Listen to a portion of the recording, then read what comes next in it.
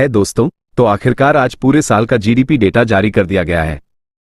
मैं वित्त वर्ष 2023 से 2024 की बात कर रहा हूं। दरअसल हमारे देश में जीडीपी का आंकड़ा 2 महीने की देरी से जारी होता है। इस वजह से 31 मार्च को खत्म हुए वित्त वर्ष का जीडीपी डेटा हर साल मई के अंत में जारी होता है और आज आखिरकार इसे जारी कर दिया गया है। तो दोस्तों, आंकड़े क्या हैं? आपको बता दें, ज्यादातर अर्थशास्त्रियों और विशेषज्ञों को उम्मीद थी कि भारत की जीडीपी वृद्धि लगभग 7.6% या अधिकतम 7.8% होगी, लेकिन वास्तविक संख्या काफी चौंकाने वाली है। यह 8.2% है। हाँ, आप यहां खबर देख सकते हैं, चौथी तिमाही के लिए भारत की जीडीपी। वस्तुतः आप यहां दोनों संख्याएं देखेंगे। जब हम चौथी तिमाही की बात करते हैं तो इसका मतलब जनवरी, फरवरी और मार्च महीनों का जीडीपी आंकड़ा होता है। इसके साथ ही आप पूरे साल के जीडीपी आंकड़े भी देखेंगे। हम इसका विस्तार से विश्लेषण करेंगे। दरअसल आपको बता दूं कि चाहे हम राजकोषीय घाटे की बात करें या किसी भी आंकड़े की बात करें, वे काफी चौंकाने वाले हैं। आपको बता दें कि फिर चाहे राजकोषीय घाटा हो या कोई अन्य आंकड़े बहुत ही आश्चर्यजनक हैं और भारतीय अर्थव्यवस्था ने काफी अच्छा प्रदर्शन किया है। तो आइए इसे विस्तार से समझते हैं, लेकिन उससे पहले मैं आपको पूरे मामले को व्यापक रूप से समझा दूं।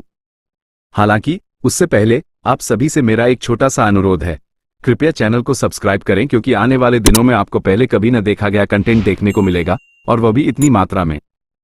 तो चैनल को सब्सक्राइब करना न भूलें। इसके साथ वीडियो शुरू करते हैं। तो दोस्तों, पिछले 2-3 दिनों से पूरा माहौल कुछ ऐसा है कि दोस्तों पूरे हालात कुछ ऐसे हैं। पिछले 2-3 दिनों से IMF, Fitch, S&P global, world bank और दुनिया भर की सभी क्रेडिट रेटिंग एजेंसियां, वे सभी एजेंसियां जो जीडीपी की भविष्यवाणी करती हैं, उन्होंने पिछले साल की अपनी सभी रिपोर्टों को फाड़ दिया है और भारत ने उन्हें भविष्य के लिए जो रिपोर्ट बना रहे थे उन्हें बदलने के लिए मजबूर किया है। मैं ये क्यों कह रहा हूं? कारण 15 मिनट पहले सामने आई एक रिपोर्ट है जिसने सभी ऐतिहासिक रिकॉर्ड तोड़ दिए हैं। यही नहीं, भारत तक अपने सिर पकड़कर सोच रहा है कि हमने इतनी वृद्धि कैसे हासिल की। और चीन के बारे में तो पूछो ही मत, वे सदमे में हैं। तो आइए शुरू करते हैं और सबसे पहले देखते हैं कि आखिर हुआ क्या है। सबसे पहले आपको यह समझना होगा कि जीडीपी डेटा कौन जारी करता है। हमारी सरकार के भीतर सांख्यिकी और कार्यक्रम कार्यान्वयन मंत्रालय में राष्ट्रीय सांख्यिकी कार्यालय NSO नामक एक कार्यालय है और इसके भीतर राष्ट्रीय लेखा विभाग है। ये सभी आंकड़े वे जारी करते हैं और आप यहां देख सकते हैं 2 सेट डेटा जारी किए गए हैं, एक जनवरी, फरवरी और मार्च के लिए त्रैमासिक अनुमानों के लिए और दूसरा पूरे वर्ष 2023 से 24 के लिए। हमारा वित्तीय वर्ष 1 अप्रैल 2023 से शुरू होता है और 31 मार्च 2024 को समाप्त होता है, तो हम इन पूरे 12 महीनों के आंकड़ों के बारे में बात कर रहे हैं। अगर हम Q4 की बात करें तो जनवरी, फरवरी और मार्च के लिए जीडीपी ग्रोथ 7.8% है। याद रखें, हम यहां विकास की बात कर रहे हैं। ज्यादातर अनुमानों में इसे लगभग 6.7% रहने की उम्मीद थी, इसलिए यह काफी बड़ा उछाल है। अब आइए पूरे साल के आंकड़ों पर चलते हैं, क्योंकि यह हमारे लिए सबसे महत्वपूर्ण है। अधिकतम अनुमान लगभग 7.8% था और किसी ने नहीं सोचा था कि भारत 8.2% की जीडीपी वृद्धि हासिल कर लेगा। आप यहां देख सकते हैं कि पिछले वर्ष 2022 से 23 के लिए जीडीपी विकास दर 7% थी, इसलिए यह एक महत्वपूर्ण उछाल है। दरअसल मैं आपको इसे एक उचित ग्राफ के माध्यम से दिखाऊंगा। आपको याद हो सकता है कि कोविड महामारी के दौरान यह नेगेटिव में चला गया था। 2020 से 21 में हमारी जीडीपी ग्रोथ -5.8% थी। इसलिए आधार प्रभाव और विभिन्न सरकारी नीतियों के कारण अच्छी उछाल आई और अगले वर्ष 2021 से 22 में यह 9.7% पर पहुंच गई। फिर पिछले वर्ष 2022 से 23 के लिए जीडीपी विकास दर लगभग 7% थी और अब पिछले वर्ष 2023 से 24 के लिए डेटा 8.2% के आसपास आया है। अब सवाल है कि हमारी जीडीपी की सही कीमत क्या है? क्योंकि जीडीपी का क्या मतलब होता है? सीधे शब्दों में यह हमारे देश में एक साल में उत्पादित वस्तुओं और सेवाओं का कुल मूल्य है। उदाहरण के लिए, यदि 10 पेन और 20 किताबें बनाई गईं और यदि प्रत्येक पेन की कीमत 10 रुपये है तो पेन का कुल मूल्य 100 रुपये होगा, और यदि प्रत्येक पुस्तक की कीमत 100 रुपये है तो कुल मूल्य 2000 रुपये होगा। तो हमारा जीडीपी इन मूल्यों का योग है। इसी तरह हमारे देश में कई वस्तुओं और सेवाओं का उत्पादन होता है और उनका कुल मूल्य हमारा जीडीपी होता है। यह मूल्य लगभग 173 लाख करोड़ रुपए हो गया है। याद रखें, ये स्थिर कीमतों पर है। आप जानते हैं कि हमारे जीडीपी आंकड़े वास्तविक जीडीपी के साथ आधार वर्ष 2011-12 के आधार पर गणना की जाती है। तो यह मूल्य 2011 से 12 तक उत्पादों की कीमतों पर आधारित है। हम यहां नॉमिनल जीडीपी के बारे में बात नहीं कर रहे हैं क्योंकि नॉमिनल जीडीपी में मुद्रास्फीति भी शामिल है। नॉमिनल जीडीपी में हम चालू कीमतों के आधार पर गणना करते हैं, लेकिन यहां हम वास्तविक जीडीपी की बात कर रहे हैं और यह 173 लाख रुपए करोड़ रुपए हो गई है। जीडीपी का मूल्य 173 लाख रुपए करोड़ रुपए हो गया है। जीडीपी का फॉर्मूला C जोड़ I जोड़ G जोड़ NX है, जो खपत जोड़ निवेश जोड़ सरकारी खर्च जोड़ शुद्ध निर्यात के लिए है। आप देख सकते हैं कि 173 लाख रुपए करोड़ रुपए में से निजी खपत C का लगभग 96 लाख रुपए करोड़ रुपए था। सरकारी खर्च G लगभग 16 लाख रुपए करोड़ रुपए था। निवेश I लगभग 58 लाख रुपए करोड़ रुपए थे। शुद्ध निर्यात NX की गणना निर्यात में से आयात घटाकर की जाती है। तो कुल मूल्य 173 लाख रुपए करोड़ रुपए है।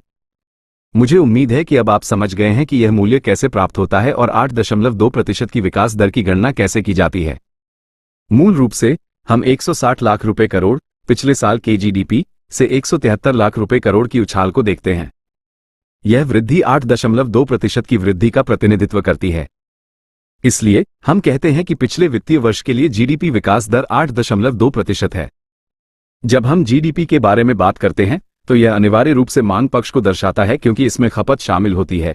इसका मतलब है कि हम सभी मांग कर रहे हैं और सामान खरीद रहे हैं। आपूर्ति पक्ष पर, जैसे कृषि और विनिर्माण, गणना किए गए मूल्य को सकल मूल्य वर्धित गुआ कहा जाता है। इस वर्ष के लिए गुआ 7.2% है।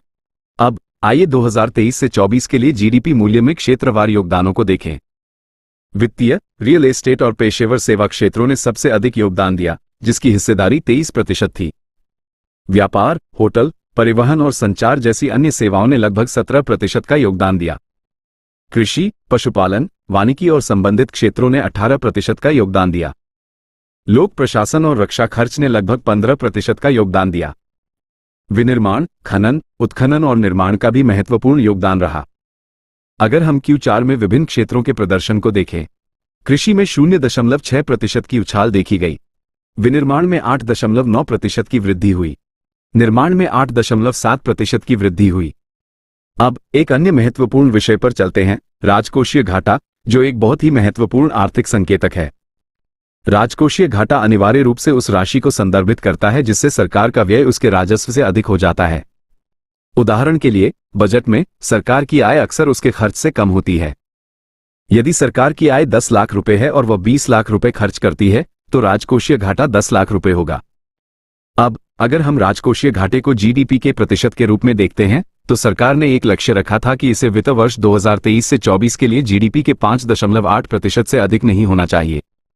हालांकि राजकोषीय घाटे का वास्तविक आंकड़ा 5.6% है, जो एक महत्वपूर्ण सुधार है। मैं आपको यह निर्मला सीतारमण द्वारा प्रस्तुत बजट के एक ग्राफ के माध्यम से दिखाऊंगा। अंतरिम बजट में उन्होंने कहा था कि सरकार का लक्ष्य 2023 से 24 के लिए राजकोषीय घाटे को जीडीपी के 5.8% से नीचे रखना है। वास्तविक आंकड़ा 5.6% निकला, जिसका अर्थ है कि सरकार को अनुमान से कम उधार लेने की आवश्यकता थी। सरकार ने राजकोषीय घाटे के लिए 17.7 लाख रुपए करोड़ रुपए का बजट लक्ष्य रखा था, लेकिन वास्तविक घाटा 16.5 लाख रुपए करोड़ रुपए निकला। इससे पता चलता है कि सरकार को उम्मीद के मुताबिक उतना उधार लेने की जरूरत नहीं थी। यह संभव है क्योंकि सरकार का राजस्व उम्मीदों से अधिक हो गया और खर्चों को नियंत्रित किया गया। उदाहरण के लिए, हाल ही में मासिक जीएसटी संग्रह पहली बार 2 लाख रुपए करोड़ रुपए को पार कर गया। 2023 से 24 में सरकार का राजस्व उम्मीद से अधिक लगभग 23.27 लाख रुपए करोड़ रुपए रहा। तो इसका क्या मतलब है? उच्च राजस्व और नियंत्रित खर्च के साथ सरकार लक्षित से कम राजकोषीय घाटा रखने में कामयाब रही, जो अर्थव्यवस्था के लिए एक सकारात्मक संकेत है। धन्यवाद दोस्तों, कृपया कमेंट बॉक्स में अपनी राय दें।